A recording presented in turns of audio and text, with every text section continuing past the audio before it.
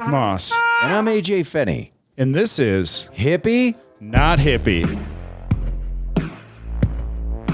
Good evening, everybody, and welcome to episode 45 of Hippie? Not Hippie. Yeah. Man, it's actual evening.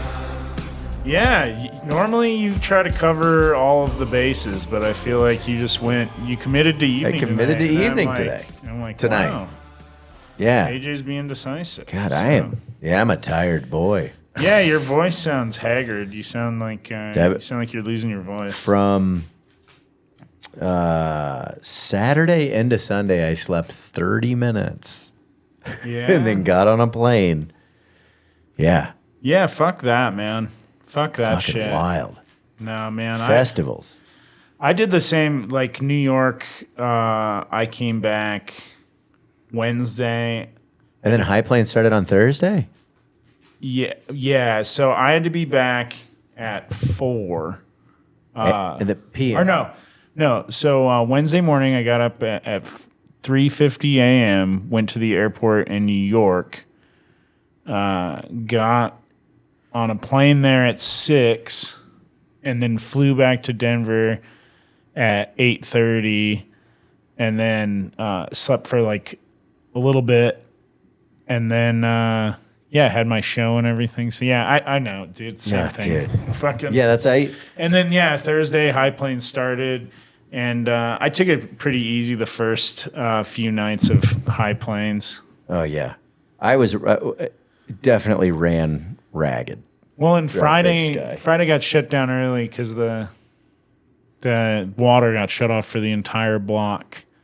So yeah, all of a sudden they were like, at 3 a.m. there's no water for the shitters. Jesus Christ. Wow. So so they shut it all down.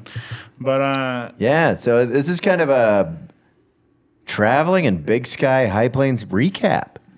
yeah, well, in fucking my East Coast tour, we haven't talked since then, right? No, dude, it's been Yeah, it's been a few weeks. So yeah, I've been to 49 states now. 49. Yeah. One left, just Hawaii? Just Hawaii. Oh, buddy. That I've been to. And I've performed now in 45. I have 5 left. Dude. So, Nice. but Big Sky, man, when it, Dude, so I flew in Tuesday night. I got there a day early. And then everything kind of started Wednesday night. why'd you get there a day early? One was ticket cost. Yeah. Like I could fly. A lot of people flew to Bozeman, and then Did it's you like, have to pay for your room for that night? nope, they took care of it. Oh, fuck yeah. So you're like, I'm coming early. Well, it was a different plan. Initially, when I got there, Augie, one of the producers, was like, so what we're gonna do initially was we were gonna take you to my high school buddy's house, and you're gonna stay with him for one night, and then we transport you back to the hotel. But because there was a handful of other people coming in the same night, I just split a room with a guy from San Francisco. Nice. So Just a guy? just a guy. His name was Colin. Dude, he's a young comic, super funny. Yeah, Colin what? Begins with a B. I'd have to look it up, dude. You shared a room with this man. No. Yeah, for a night. That's where it gets weird.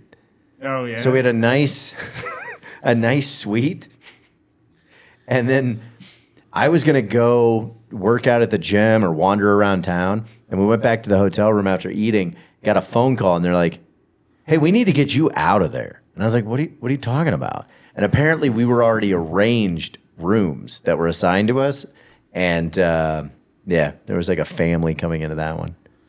Oh, so they were like, we didn't mean to give you this really nice room. Yeah, we Is that got what to it is? downgrade you animals. Oh, so they sent you just to a different room? Yeah, so I went to it. Well, we each went to our rooms. He had Oh, his they own accidentally room. put you in the headliner's room. Yeah, that's what it felt like. But it was wild, man. And they were like, nope, you're just on a team. Yeah, you know what ended up happening though? Whoever my partner was, my roommate was supposed to be, they didn't show up, so I just had a hotel room to myself. Yeah? Yeah. So someone bailed on the fest, huh? yeah. Well, I know. Who would bail on a festival? Yeah. Well, I know Ken Gar did. I think he got something from Disney. Oh, yeah? So there were, dude, the festival. So I don't know if So I he's a told you scab, these huh? He's stats. crossing the line, huh? Well, I think they're, yeah. Well, I think they're getting ready to That happened while we were there too. Somebody in the car got an announcement, and it was like, oh, looks like they might be coming to agreements. Yeah, they still have to vote on it for the Writers Guild, but the actors are still striking. Yeah, So, but yeah, dude. which I love how the studios are like, God, this is how we'll work it. You know, we don't have anything for the actors to act on right now, so we'll hold out for a while on them. Yeah. We'll negotiate with the writers. We'll get them back to writing, and then once we need to start making shit again, Yeah. yeah, they fucking suck. Yeah. But dude, I was pretty amazed. Like, so day 2, I was talking to a guy out of Portland, and he was like, "Do you know how many people submitted to this?" And I was like, "No, there were over 600 submissions, Wow, man. and they only took 24." Holy shit. How many awful comics do you think submitted? Probably about all but the. I don't know. I mean, Were there any, you don't have to name names, but were there any stinkers on the fest? Were there any comics on the fest where you were like, nah? Everybody was strong? No, dude, they were all great. Here's the wild. I've heard it's a really good fest. It's amazing. But no, 600, that's just so many. I guarantee you they had to watch like 300 horrible fucking I bet. videos. Yeah. I mean, at the same point, there's probably people that at that point, when you're just plowing through shit, you're looking at quality and you're probably doing like a minute or two. If that, and you're going, I'm done. Yeah, is it 50? Is it $50 to submit to that festival? And I think it might have been 30. 30? It wasn't a lot, but I mean, I will say this. I think it was worth it. Yeah. Because you're split into teams. And then so you're doing activities during the day to gain points. So each team is against each other. So there's literally 2 winners. There's a team that wins, and then there's an MVP. Are they filming this? Dude, they were filming a documentary. I'm glad you brought that up because I have to sign my waiver. I tried to sign it like 4 times, and every time I'd send it, they would then send stuff back and go, we found out these forms are weird. And I'm like, oh, what the fuck is happening? So Did they record your stand-up? they recorded some of my stand-up from the preliminary sets, I believe, but there is some stuff that I did on camera off, like, off the stage and stuff on the finals and some of the parties and stuff like that where we were hanging out. In a contract, huh? Yeah, I think it's just like, Those are always fun, huh? Yeah. Don't you love that? it's always the stuff where you're just like, I don't want to. Don't you love when you're like going away for a weekend and then all of a sudden there's a camera there and they're like, hey, we need you to sign things. Yeah. Love it. But yeah. But I'll tell you what, most of what got shot, Comedy Works got a lot of play because I was wearing the sweatshirt the whole time. Oh fuck yeah. So I'm rocking it right now. yeah. It's my walking around the neighborhood hoodie. It's Yeah. my sweating.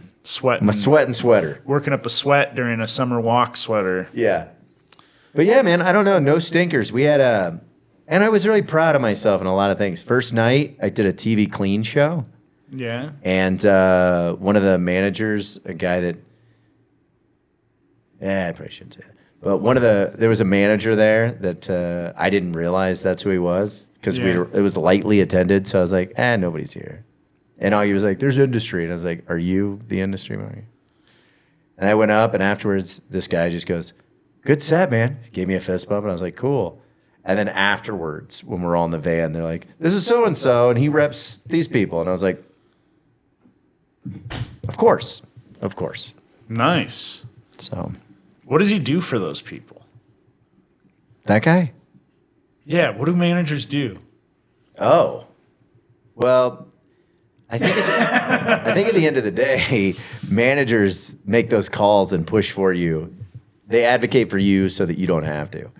I thought that's what your agent did. I think they both do that. The agents are more connected with work. So I work with agents, but a manager and agent together can get you in clubs where you can't. But it depends on the roster. You need both of them? Well, you have to have. I mean, a lot of times, the majority of my work comes through agents. Like it's either this agency that books all this stuff or this agency that books all that stuff. But I'm working with them directly. An agent though. No. So I work independently with agents. So if you got a manager, what would you expect a manager to do for you? Groom me for television. Yeah. Yep. So that's what it is. The manager, what I would want out of my managers to be able to look at my tapes and go, this is what this is looking for, and be able to guide me in whatever direction I was wanting to go. That's what I was talking to them about, because that was where I didn't advocate for myself with my last manager. So like there was no idea of what I wanted. I would just naively go, I want to get on television, but I wasn't doing the steps to like work a 5, send it there and go, I want feedback. I want to know what you think because you're already repping these people. So that's what I'm looking for. Because a manager at the end of the day should be you should be looking at it as a long-term partnership. Yeah, I just like, so then you give them 10%. 10%. Yeah. But they can introduce you to people, like, even though my old manager was like, told me flat out that she couldn't get traction with me. It's also about like those people. I mean, they know people, so that's what's happening. And if your manager already manages someone that's got a big name, then at that point you just go, okay, well, just put me on the road with this person and let's see if I can build a relationship with them, because then that manager is double dipping. Yeah. You know, you got someone who's opening a theater and they're popping off and you're making that percentage, and then you're taking 10% of. From what I've gathered, most managers just are your personal assistant. Yeah. When you look at it that way, you have to remember that they work for you. And it's a lot of, I think in our position, we forget that a lot. Yeah, I don't think I want one. I don't think I need one. Depends on what you're looking for. Yeah. You know, it really depends. Like I talked to I had a commercial agent that was really interested in me, that I need to send an email out. See, I think the agent makes more sense than the manager. Yeah. Well, if you have an agent and a manager, then you're giving them like 25% of your money. 15 and 10, yeah. Or 20. Yeah, or if it's 10 and 10, it just depends. Yeah, like here's the thing. Every show that I book through an agency, I know they're taking a cut before I even see it. So they are negotiating whatever I'm getting. Yeah. As you get further along on that, your manager should be negotiating with the agent, like different agencies, where instead of me talking to so-and-so when they're like, hey, do you want to come here? $600 plus ground transportation. And then I'm like, meanwhile, right now I'm like, yeah. And then the agent's like, oh, we're not doing that. How about 1,200? Yeah. Why is it that we don't feel like we can advocate for ourselves? I think the problem is that we don't have the connections. That's really what you're paying a manager for. But I mean, you're saying, yeah, I know. It's weird. Why I'm asking all these questions is because, like, watching the panel that I watched at High Plains, and something that I've just been thinking about a lot lately is like, what you're saying it depends on what you want. Really, yeah, it does come down to that. Yeah, and I've been just like really trying to think lately, like, what is it that you want? That I want. Yeah, you got to know that, because, I mean, I got television opportunities on network shows because I had the agent, or because I had the manager, sorry. Like, that's who did it, because that person already has clients that are being repped in, or they already have a reputation, and then the manager can go, oh, you want this person? Like, so if someone's repping, I don't know, Chappelle, and then you're on their roster, and they're like, oh, you want Chappelle? That's fine. I need you to take 2 of my other clients that need to be seen. Yeah, they package people. Yeah. But that can also hurt you. Because they can say you do something, you're talking about this like you're always going to be the small fry or whatever. Go right, on, buddy. Right. Well, no, that's the beginning. So they package you for how long? Well, that's in the beginning, but say you have something that that's people really want. Right. They can also use you to try to attach people to you. Right. And then, but what if they don't want those people, and what if it tanks your deal because they're packaging your shit? Yeah. But I mean, that's also, I don't know, that's part of it, where it's like, would you have had the opportunity anyway? Yeah. Well, I just think it's weird. I don't know. I think I think if you do get a manager or an agent, though, you should maintain the ability to negotiate most of your own shit, like other than the shit they bring to you. You know what I mean? No, 100%. So that's what I was. That's what I think's. I don't know. I always had this thing where there's two different types of deals you get with managers, and sometimes they will say this: I get 10% of everything you get. Yeah. Right. But if you have a good relationship, you can also go, well, I have all this stuff that I'm getting on my own. So I'll pay you 10% of what you're getting me, and, if you're getting me in with improvs, if you're getting me into these helium clubs, funny bones, things like that, then there's a higher rate. But I don't see why I would have to pay you 10% of the $50 I make for doing a bar show. Yeah, for sure. But, I don't know. For me, I'm just like fucking... I mean, I think I know what I want. I want the same thing I've kind of been saying that I want, but I'm like, is there... I don't think a manager or an agent really helps me get any of that. No. I think at the end of the day, if you have a project, the one thing I see that's good with a manager and an agent, if you have a package project, right? Say you have a special, right? And it's good and you want to get it shopped. Those people can help shop that project. Yeah. Not during a strike, but. Yeah. So I don't know. I mean, the other thing is like when it comes to contracts, I think you got to be careful what you sign. Yeah. I'm also just like curious, like what your numbers are. Like I'm curious, like how many of your albums you sold. You know what I mean? Oh, yeah. Well, dude, I can tell you right now, my album is doing well. Nice. Like as of Sunday, I haven't checked. Sunday it was 4. So it had popped back up in the charts again on Amazon. What does that mean though? Like It means they're selling. So it's like as it drops, because when I got to billings, I looked and it was 16. Yeah. So from Wednesday morning to Sunday morning, it jumped 10 slots. I'm just curious though, is that like 10 more people bought the album? Or is that like 100 more people bought the album? You know what I mean? Like I have no idea what those I'm metrics are. just curious what the... But if you had a 100-person surge, I bet you'd be back at number 1.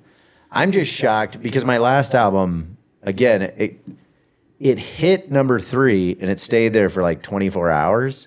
Yeah. And then it started coming down. And once it started coming down, like it gained momentum as it spiraled back down. And I thought it was a good album.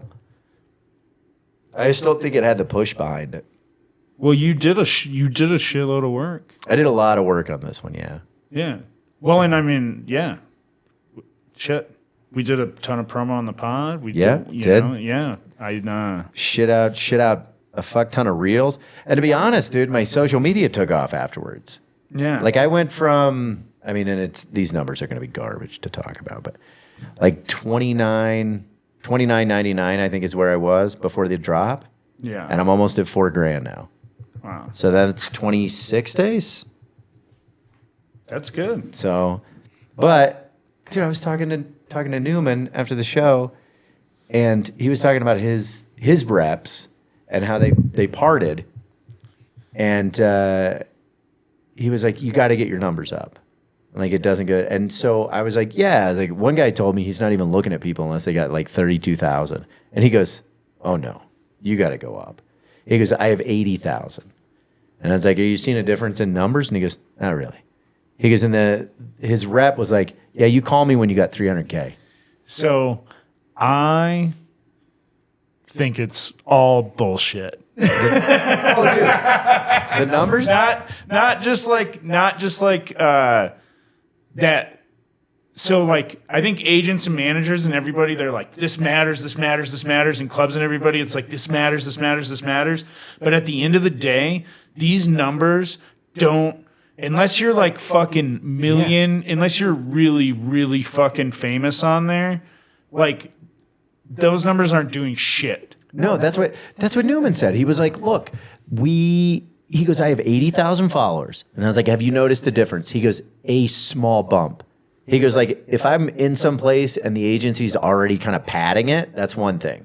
Or they're sending out birthday cards and stuff like that, fish bowling. He goes, but if I do a door deal, I show up.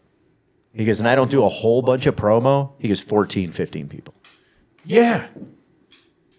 And you know what he's also been doing forever? Is stand up. And touring his fucking ass off. Yeah. Yeah. And he's got late night. So the thing is, there's not a formula. There's just a misunderstanding of what these fucking numbers represent. Well, I'm just like fucking, I don't think a late night credit really means, it's about who you fucking know to get into the clubs if they want to pad you, and if you build like a diehard fan base. But like, yeah. But like fucking having, I know a ton of people that have 100K or whatever on fucking Insta or whatever, and I don't think they could fucking get 5 people to come to most shows in most fucking towns. You know what I mean? But there are people that are paying attention. I mean, Georgia. She just headlined the Seattle club. I mean, she's a good comic, though. Yeah. You think it was because of her Instagram numbers? No, I don't think so. I mean, I think that it's because of who she knows, probably, and a good tape, and comedy works, and being reputable. You know what I mean? Yeah. Well, she was on the road with someone. I think she got to do an off night. But I mean, it's still one of those things. I mean, that's how you get in, though. You go with somebody and you do I mean, those are things that fucking make sense. You know what I mean? Right. But like all of us being like, we gotta edit videos every day, and we gotta fucking do crowd work, and we gotta fucking do all this to fucking get 100,000. Oh, dude, and it's just like, I'm like, fuck that shit. I had a long conversation with some industry folks about crowd work clips. Yeah. And it was funny how some of them were like, it's what's popping off. It's what's popping off. And then one guy, it made me feel really good when I was like, how do you feel about it? And he goes, I'm going to have a different opinion than a lot of people. I think it's ruining the industry.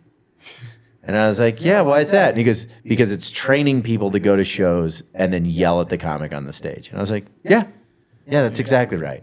Yeah. Because after a little while, now that TikTok and all that stuff is the show, it's basically their favorite show. So that's how they're learning how to behave. Yeah. No, I don't know. I mean, I've just started doing crowd work because that's where I feel like I'm at with comedy, not because it's like because I'm trying to do it for the fucking internet. Oh yeah, I don't think there's anything wrong with it. It's just that whole comic destroys heckler thing. Oh yeah, no. But man, people love that shit. Yeah. There was a guy on the show tonight, and Newman and I looked at each other, and we were laughing because he said something about, I think he was a gay guy or bi or something, and he goes, any homophobes in the audience tonight? And this guy goes, hell yeah! And when he did that, I looked at Adam, and I was like, why weren't you rolling? That was 1 million hits. Yeah, I don't fucking know, and it's just... Yeah. But 1 million hits. Right. You make zero money. Yep. Well, you maybe get some more. But you know what I did find out? I think Facebook will pay you. I was just turned on to this. Yeah, I've heard that that's the best place to do it, to make money. Because that's what Hayden was saying on the panel, is that's where she makes most of her money, actually. Yeah. Like, I looked at it. God, I can't remember what it was. Or not where she makes most of her money, but her best click-through rate or whatever. Yeah, it might be, I don't think it's 1 million. Maybe it's 100K, something like that. You can make like $1,500. Yeah. If you monetize. If you hit 1 million views on a video? Maybe that's what it was 1 million. Make $1,500. You can make $1,500. Well, fuck, we've hit 500,000 on some of ours. Right, but it's the whole thing is so what do we get paid for 500,000? I guess... 750. 750. Where's that money? Yeah, I think you have to set up the monetization. I tried to set it up.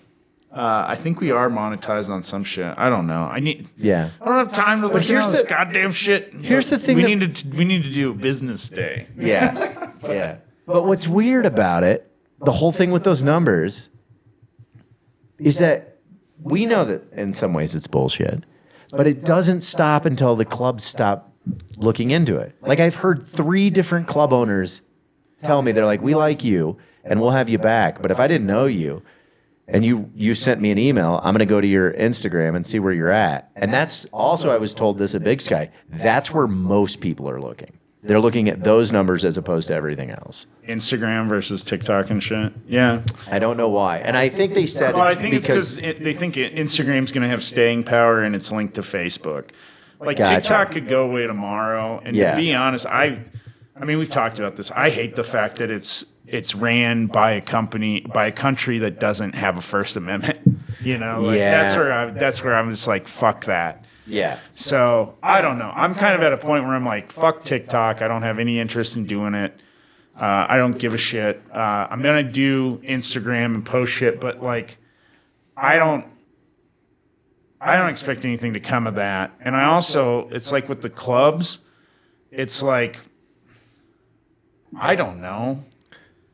How many of these clubs are really fucking that great? Like, wouldn't you rather just go to the town and do a fucking venue on your own and you'd probably make just as much money almost? Yeah, to some extent. I mean, the alt scene is fun. But then some of these alt scenes have great clubs, though. You know, Minneapolis has what, Sisyphus? Yeah. Which I've headlined that place. They've let me in. But Yeah. like the fucking But Acme? Acme's a hot club. It's like Acme, Comedy Club on State, Comedy Works. there's some that are good. Yeah. But like those clubs don't fucking look at an email and fucking book you. Right. They don't fucking give it. But when someone's like, this guy just popped off and he's got like 1 million followers now, they're going to go, oh, this guy's going to draw. And then you show up and they go, did you pay for these followers? I want to be a fly on the wall when somebody sits down, they have bad numbers, and some club goes, did you buy those numbers? Oh, man. Oh, dude.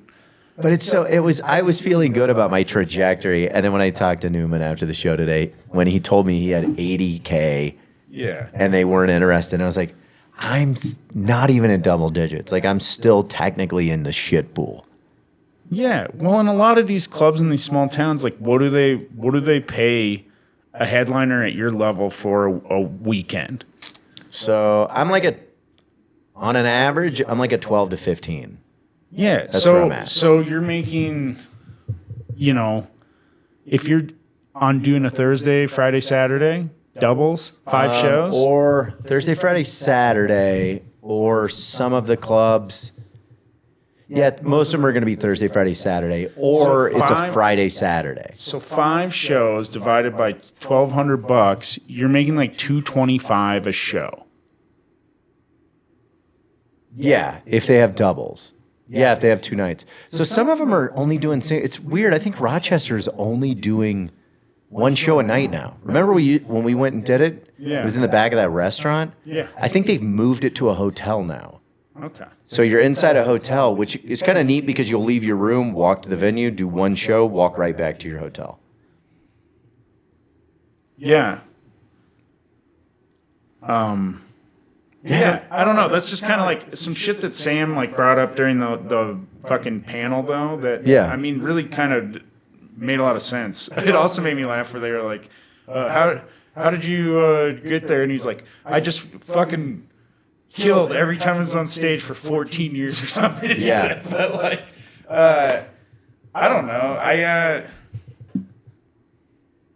Yeah. I mean, fuck. I think if you, yeah, I don't know. It's like these managers are going to get you maybe late night. Yeah. That's what you would hope to get from them, and then get into more clubs. Oh, well, yeah, it's the relationships, I think, is what I would be looking for. Yeah. And again, it's that grooming. Because at the end of the day, it's literally. Such a weird. Well, yeah. You say something else. The petting. Yeah, you want Hollywood to groom you. Yeah. But, I mean, at the end of the day, I'm not going to be the best at auditioning for things. I'm not going to be the best at certain skill sets that are necessary in either of those 2 coastal worlds where people survive. And that's it. I mean, I feel really good about what I'm doing on stage, especially now.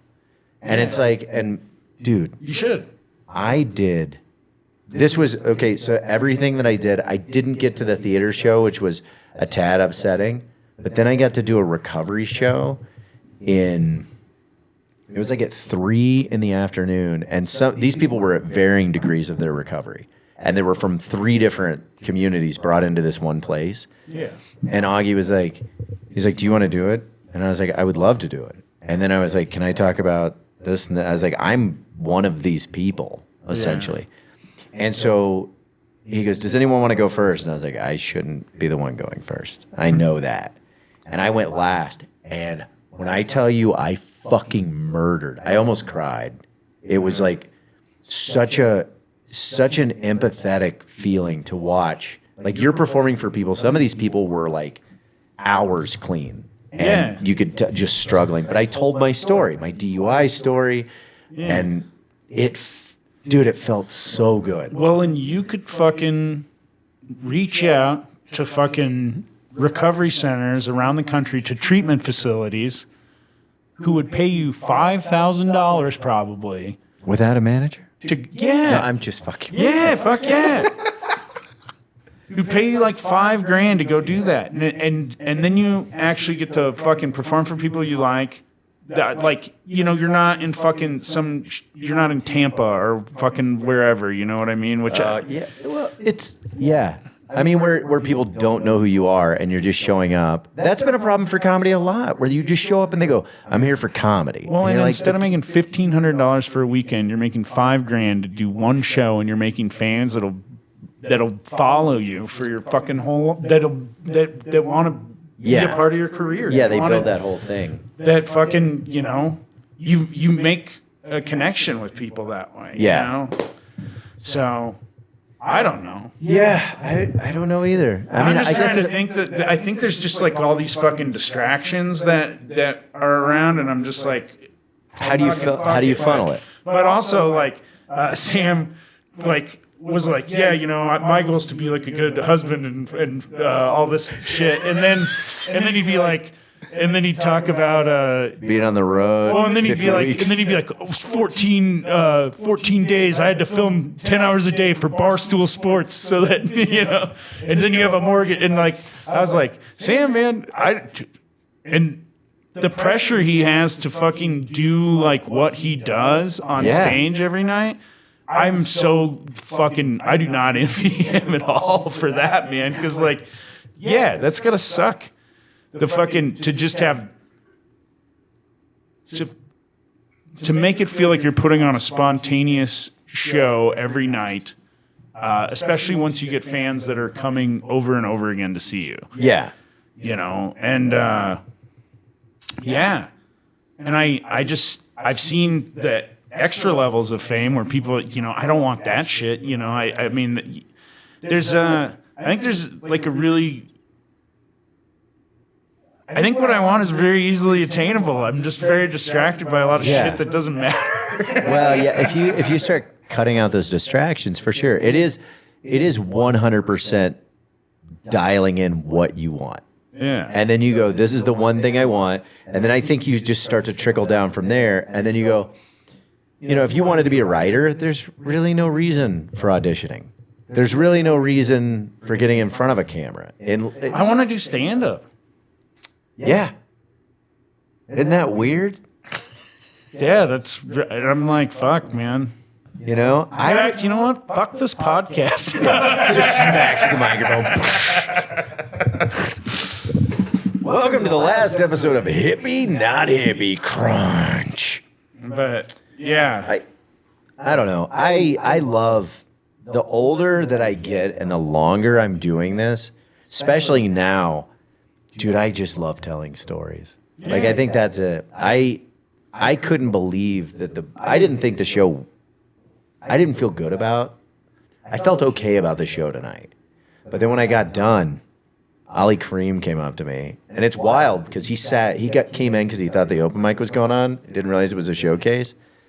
Dude, some of the greatest compliments. Yeah. Like, and he'd seen me several times. He's full of shit. Yeah. But it was great. Fucking Ali killing fucking dogs on stage. Yeah. I'm like, I don't know how the fuck it blows me away how he gets away with that joke because like fucking, I'm like, and they cut the dog's leg off and it's very silly and joking. People are like, oh my God, but he'll be like, he'll just fucking shoot a dog in the head. I think it's just, it's his character, like who he is. I don't know. He's so fucking funny though. He is, man. We should have him on the pod. Yeah. I like him. Yeah, weird deep dive there, but yeah, I don't know. There's some, because and then it was like I talked to that dude from the label, and he's like, "Yeah, I love your stuff. It's really funny." He's like, almost all of it has just a dark twist that's not for fucking serious, and I'm like, well. And then I was like, oh, well, you know what? I could probably put together a fucking hour for serious or whatever, and it's like. Why? Why for money? Yes. Okay. Well, cool. But it's like I don't know. I'm kind of just like I don't know. It's not about the money. I mean, the money's great, and it will continue to come in. Like I'm still getting paid off of what I put out in 2012. What do you get a month? But that depends, because there's 2 other albums that are in the queue waiting to hit. Yeah. So mine ranges anywhere from 4+. But my first album, I had a bad deal. I had a 60-40 split. 40 was me. So they still Raw Dog plays your album that much? Yeah. Still? You get. I was one of the first. You get 20 plays a month on there? Yeah. I was one of the first albums. I was one of the first comedy albums on Pandora. Well, so talking to that guy, he's like, yeah, Chris Porter gets 1 play a week on Raw Dog. That's what he told me. Right.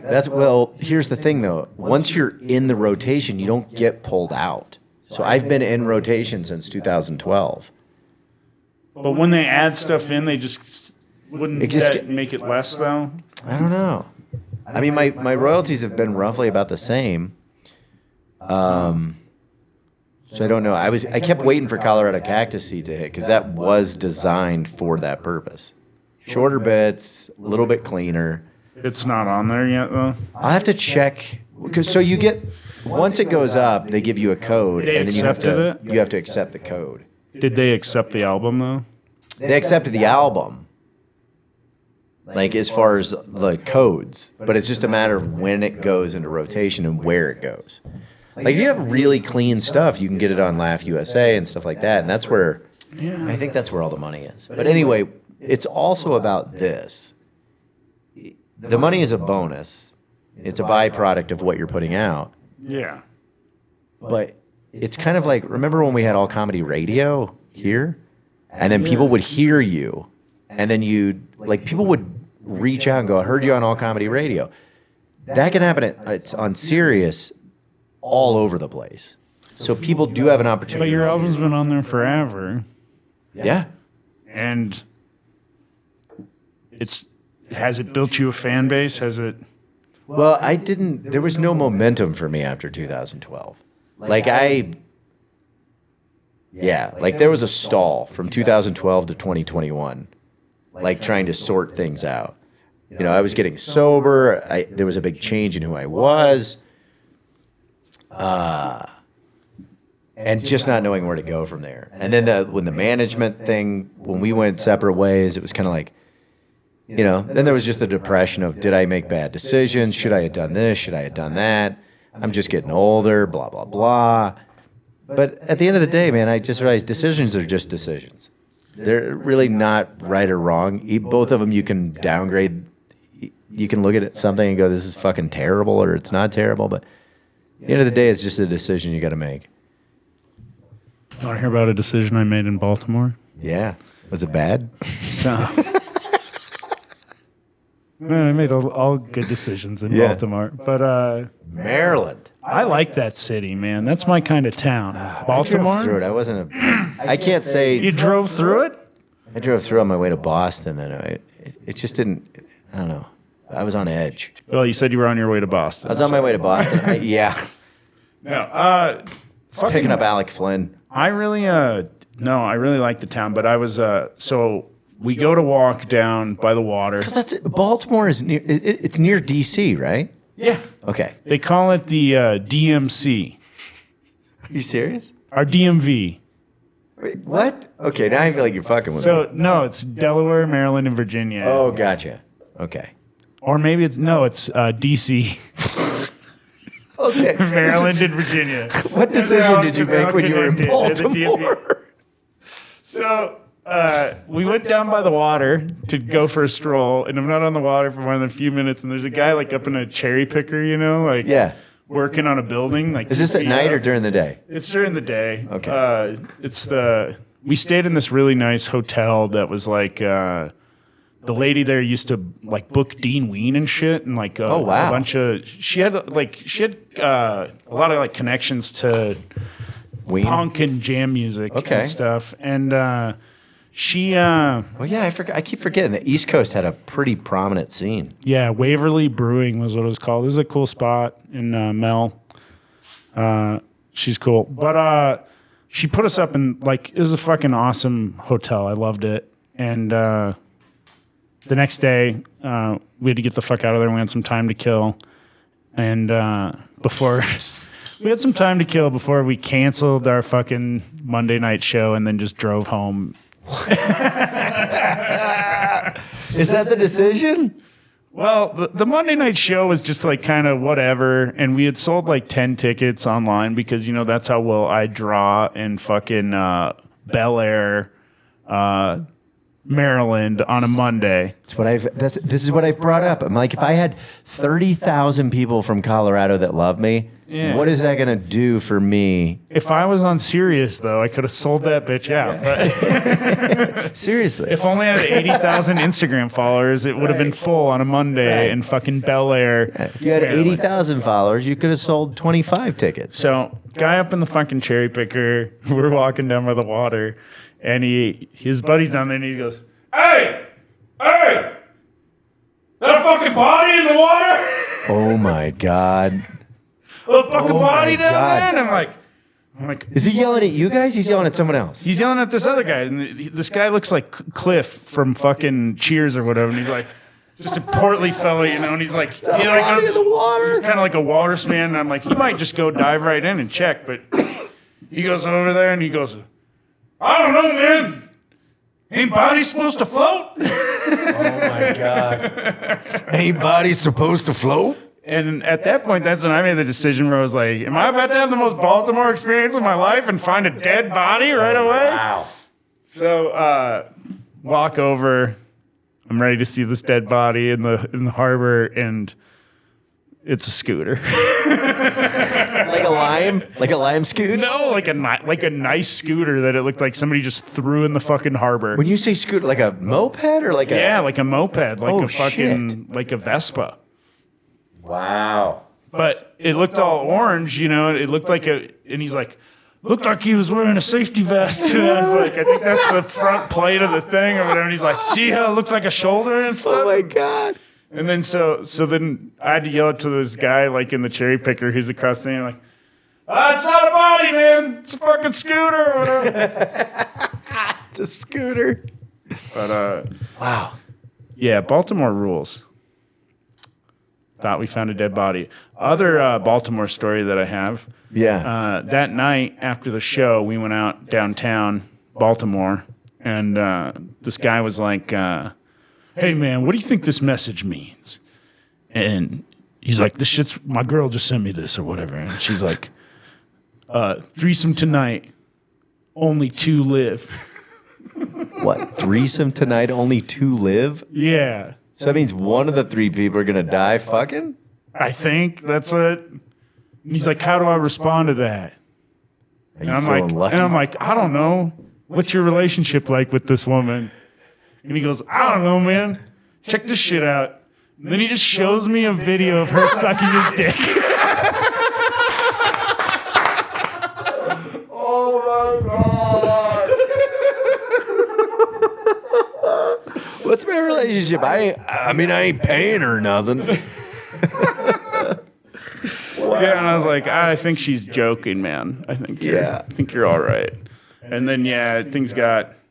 I started rapping with like a guy wearing a lot of jewelry that I think took rapping very seriously. It might have been an actual rapper, but I started rapping with him, and Hiker's like, Zach, are you blacked out? Because like usually if I'm rapping, I'm You're blacked out. Oh, I saw that version of you. And I was like, oh no, I'm close. I'm close. Yeah. I think I saw pull you. back. I saw you do that at El Chorrito.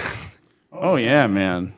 When rapping Zach comes out, means he needs Yeah. to slow down. Yeah. But Wow. Dude, I shot a fully automatic rifle. yeah, I heard that's part of Montana. They try to get you into assault rifle. Dude, it was fucking insane. Yeah, guns are flowers, AJ. Dude, it's tough now. I did not shoot the 50 caliber. That was a little too much for me. But I shot. I had a lot of fun with 50 it. caliber machine gun, like mounted to a fucking truck or something. Oh, you want to see the video? I'll show it to you. Is it mounted to a truck? No, but it did have the tripod. Oh, it did. Dude. Was it a sniper? Yeah, the caliber round is about the size of a dick, dude. It's fucking gnarly. Not the one I saw in Baltimore. Not a Baltimore dick. But yeah, Not a Baltimore boner. yeah. But the guy sets you up with this fully automatic assault rifle, and he goes, feather the trigger. You'll slowly squeeze it twice, and then you have the option to feather it, or you can just hold it down and let it go.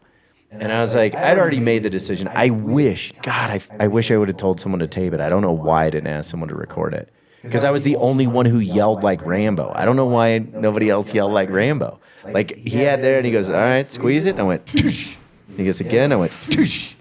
And he goes, now he flipped it. And he goes, now you can feather it, or you can, go balls to the wall. And I went, ah! And dude, it was like 6 seconds. Hey, Megan. You can come in.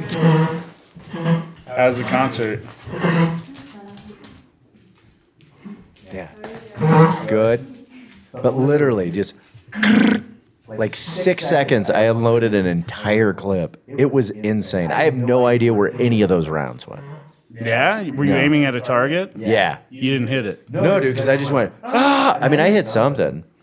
But they said last year a woman, maybe this is why they were putting their hand on her shoulders, because last year a woman pulled it, or the last time they did it, and she went, and just fucking wrecked the fucking paneling in the ceiling. Oh God! This fucking. But dude, I gotta.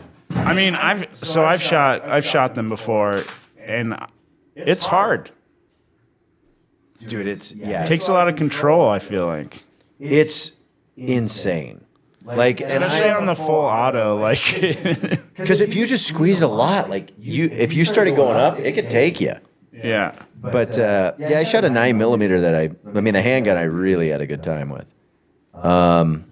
So Yeah, you're used to working with millimeters. yeah.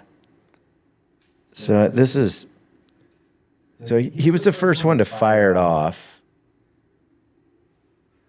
See, and it's like you don't want it to hit your eye. No. Also, my favorite part of this, I'll tell you in a second.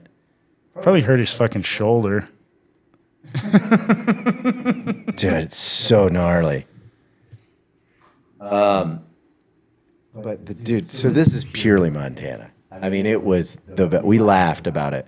So I started filming late, but Eddie, when he had it, he was kind of holding it like this, and his elbow was up, and that guy nonchalantly was like, "Get your elbow down.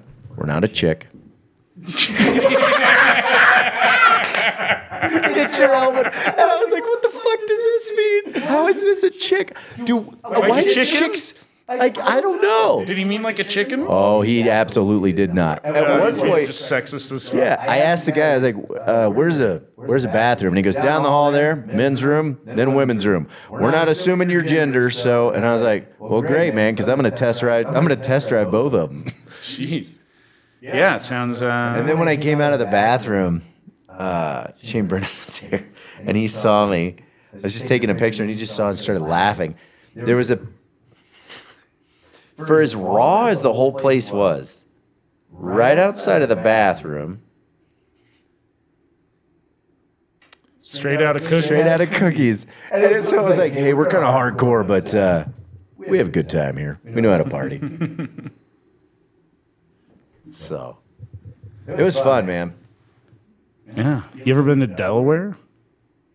No, but the only thing I know about Delaware, anytime it gets brought up, I always Wayne's think of World? Wayne's World. Hey, we're in Delaware. Yeah, man. But that, I think, So there's more Ian Finance is corporations. from There's more Delaware. corporations than people in Delaware. really? Yeah.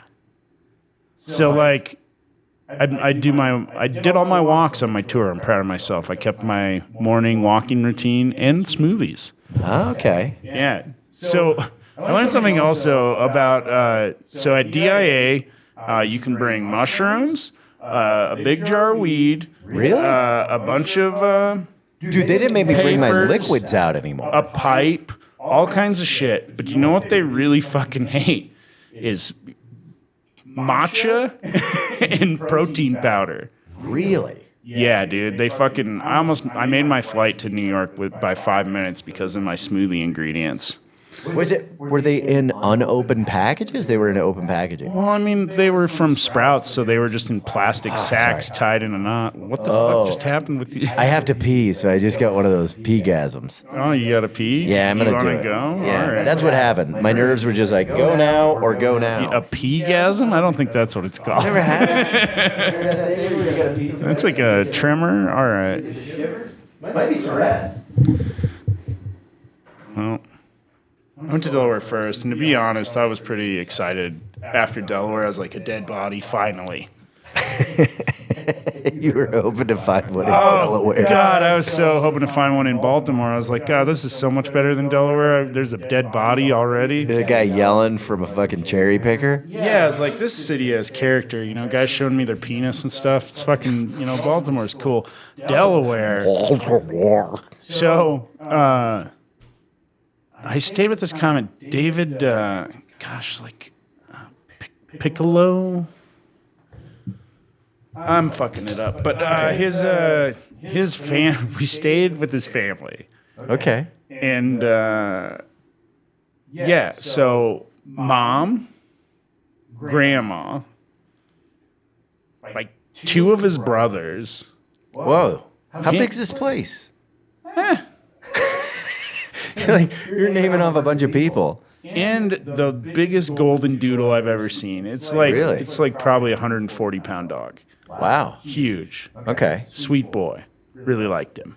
But I had the whole bit, you know, we got there and it was one of those things, you know, where I Hadn't slept? hadn't slept. Little feral? I hadn't slept. We had been in Virginia and DC the night before. Yeah, you don't sleep in those And we didn't places. get a lot of Keep your head on a swivel. we didn't get a lot of shut eye. We did a battle in Virginia where A roast battle?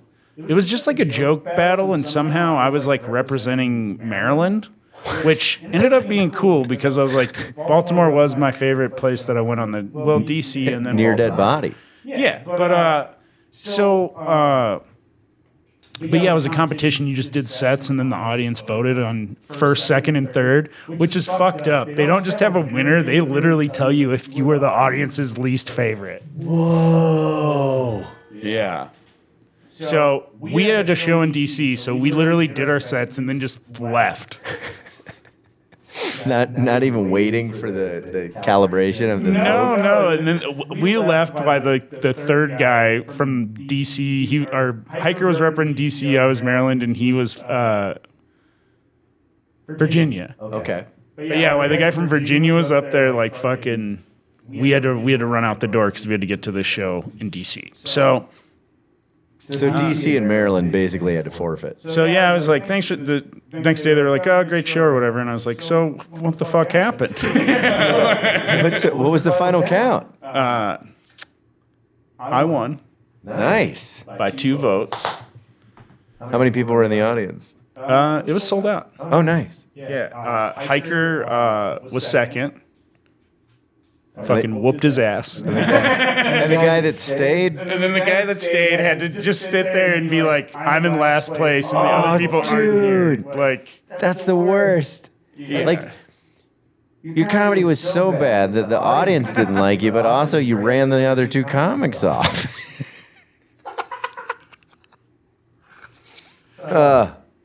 So yeah. So, and then first show in Delaware, comic book store called the Blue Hen. Fucking awesome. Yeah, dude. Love That this sounds place. like a Sold great- out.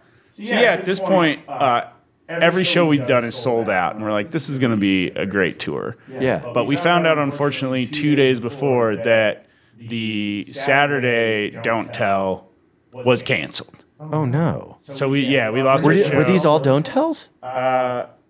Friday and Saturday were Don't Tells. Okay.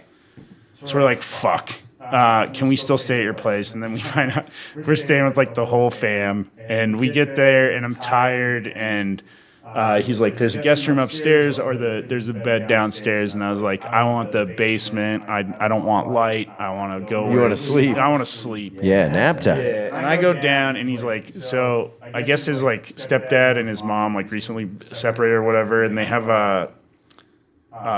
I basically slept in his old. So he's a sound engineer. I Yeah. slept in like the kill box in the fucking soundproof room. Or Oh, wow. whatever. And I go in there, and there's this little bed, and I'm like, it's tiny, but whatever. I'm tired, whatever. And I lay down on the bed, and it collapses in the middle. Oh no. It collapses in the middle, and fucking the way it collapses, the bed tilts like this, and it just throws me right into the fucking wall.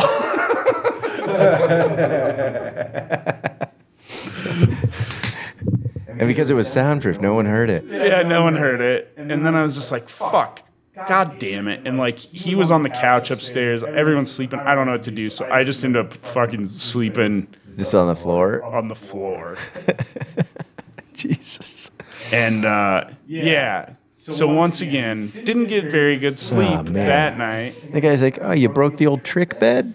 Yeah, got up, went to this fucking. So it was his birthday, so we went and did Jesus. karaoke the next day on Saturday. Part of me's like, did you just cancel the Don't Tell so we had to hang out with you on your birthday? Don't tell. But no, he's cool, and his friends are cool, and fucking. So we went out for his birthday, and we had to go to some small little town Yeah. to find karaoke or whatever, and. I had noticed from another stop, because we stopped at a bar in a small town on our way into Delaware, where all the TVs, like I ordered a beer and started drinking it, and then I noticed all the TVs in the bar were on Newsmax, which is like the real crazy conservative shit. That's like crazier than Fox News shit. And then I also realized every time I would look up that all 20 people in this bar were just fucking staring at me. And you know how normally when you catch people staring at you, they stop staring at you? They just Like, more look away? started staring. No, it was just like fucking, just like haunting fucking conservative eyes, just like. So I'm like, oh, this place is going to be special. And we walked in, and man. Were you performing? Not at the Newsmax place. We just stopped to have a beer on our way. Oh, I was like, this is where the guy wanted to celebrate his birthday. No, but then we go to the karaoke place, and I'm like, it could have those kind of vibes or whatever. So we go in, and man, it is there's a woman singing like, she's a crazy bitch, but she fucks so good she's on top of it. Yeah.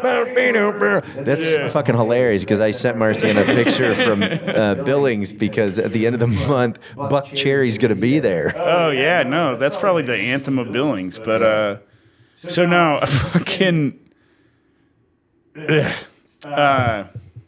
so we hung out there, and it was actually kind of fun, but somebody destroyed the bathroom. Oh, God, yeah. Like, I went in Left there. it? No, like, I went in there, and there was, like, vomit all over the floor, and I was like, I'm going to get into the stall. And then I realized that he was in there like a caged animal. He was flopping around and stuff, and he's still just vomiting. It's just vomiting everywhere, man. And then Hiker was like going in there, and I was like, good luck. I told him it was crazy, and he's like, I gotta piss. And he, I think he just thought it was like normal bar vom, but he like walked in there, and he's like, Jesus Christ. He came out, and he's like, he's still in there flopping around. I was like, I It's told gonna fish you. out of water, dude. You're going to have to I hang it told in the you. sink. And then he went in eventually and looked at what that guy did to the stall, but he kept telling me he's like, you got to go see what he did to the stall. It's crazy. And I was like, I can't go look. But the bartender liked my voice, and she was nice to me. And she was like, I ordered a water, and she's like, if you keep singing, I'll keep waters coming all night long, sweetheart. And I was like, all right, lady. Just so you know. Somebody just did a crime in your bathroom. And I was like, I don't know if he's still here, but if he is, you definitely don't want him here no more. Yeah, because he will. He's going to be a repeat offender. So a guy went in to clean the bathroom, and he put a mask on, and I was like, holy shit, this is probably the only time anyone's ever worn a mask in this bar. And I eventually, like, he's cleaning it. I had to piss. Like, this has been going on for a while, and I was like, fuck it, I'm going to go outside and take a piss. And I go outside to take a piss, and I start walking around the side of a building, and a fucking skunk charges out of a bush at me. Oh, my God. And, dude, I ran, and he fucking turned his tail on me. But he, like, ran at me a little bit, and then I told the bartender, I was like, yeah, there's skunks outside. And she's like, oh, yeah, there's a skunk, and it's got baby skunks. And I was like, oh, maybe that's why it charged me. But, yeah, Delaware. Dude. Skunks, karaoke, Buck Cherry, and so many corporations. When I went for my walk, I found this, like, industrial complex, and I was like, I'm just going to walk in here so that I don't have to walk along this busy road or whatever. And, dude, it was like a suburban complex of just office buildings. Yeah. With like one office in them that were like a corporation, and then like a parking lot that could hold maybe like 4,000 cars. Whoa. But like all these different buildings, like, and yeah, so I heard that, yeah. First state, also Delaware. Ah, yeah. And then they're like, we've got to do better. Yeah. It's only gone uphill since then. Yeah. Dude, But yeah, and man, every old man there from behind just might be Joe Biden. Dude, speaking of presidents, at that gun range, someone took a picture of this. There was a 9mm that said, "Make America Great Again." And near the barrel, Don't tell me. Don't say it on here. it had a picture of his head. Oh, wow. And we were joking and laughing hysterically. Oh, like the bullets come out of his mouth. No. It was just like, this is the side of the gun. And then so Trump's head's here. Oh, wow. And then it just said, "Make America Great Again." And it's $2,000. And we couldn't stop laughing for one. And then we were like, what if we all put in and buy it? And then it's like the Stanley Cup. We all share. It's like the sisterhood of the traveling pants. Yeah, like fuck the MVP, whatever trophy they got. Like the real trophy's the fucking Make America Great Again 9mm. This guy Jeremy, God, he's so funny. They had this big sign. I figured it was gonna be like our current. This one was great, and I do not believe, because there had been some issues at the festival with people getting a little too rowdy, but At the gun range? no, just throughout the festival. And Jeremy was like, after we leave, I'm tagging them. And I was like, I don't know if I can do that. They had this big red sign that said 0% liberal. Yeah. And so he just took a picture of it. And then he showed it to me. And it was a short video that he had made. And it said 0% liberal. And then underneath it, a couple letters popped up and it said 100% gay. And I was like, if these old boys see that, dude, they're going to fucking, no one will ever be allowed at the gun range again. Oh, that's funny. 0% liberal, 100% gay. And then after that, I told him, I was like, have you guys had fun here? And they're like, dude, Billings, for what it was, the festival was amazing. I mean, because you're in a van with so many people, it's almost like summer camp. And I was like, we should come back. I was like, I got a little money saved up. I think I'm going to move out here and open a dispensary. They're like, yeah. And I was like, I'm going to call Did you it. start getting land fever out there?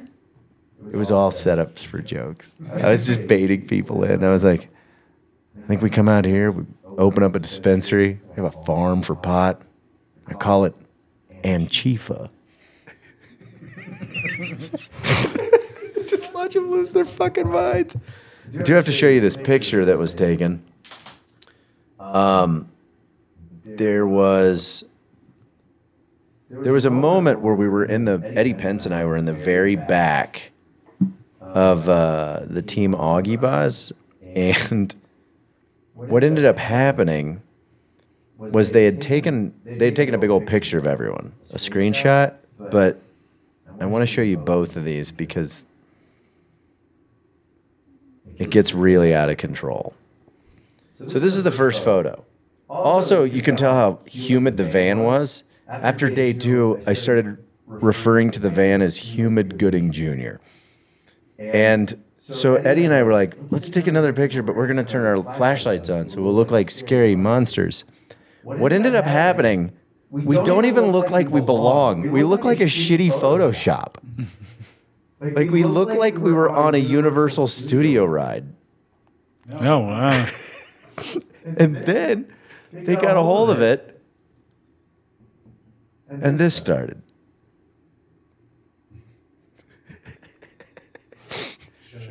Oh, yeah. So we just ended up looking like the burglars from Home Alone. Let me see. Where was this? So I'm going to show you this. We were actually in the van.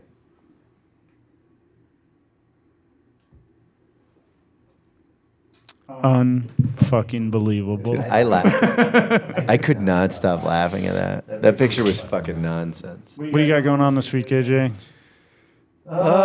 This week, shit, man. I'll talk while you think about it. I will be at the Savage Henry Comedy Festival. So you didn't cancel that. Good.